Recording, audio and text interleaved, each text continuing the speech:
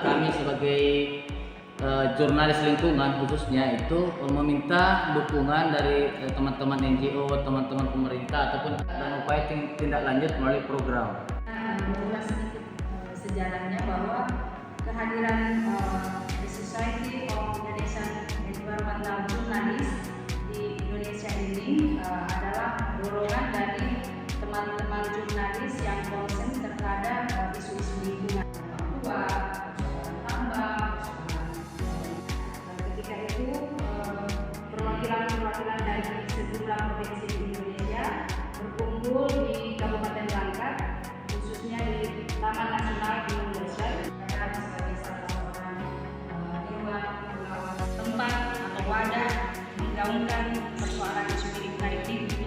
Perbaikan konservasi bagaimana sebenarnya Pak? Jadi saya berharap semua itu disosialisasikan.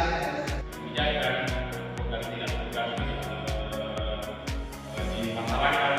Tidak tahu apakah ini tidak sesuai dengan selera kita di tetapi untuk komoditi ekspor baik di negara Jepang, Taiwan itu menjadi komoditi bulan untuk disimpul dan baik untuk olahan yang sakit gitu ya juga menjadi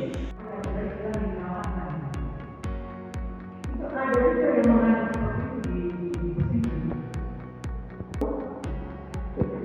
Terima kasih.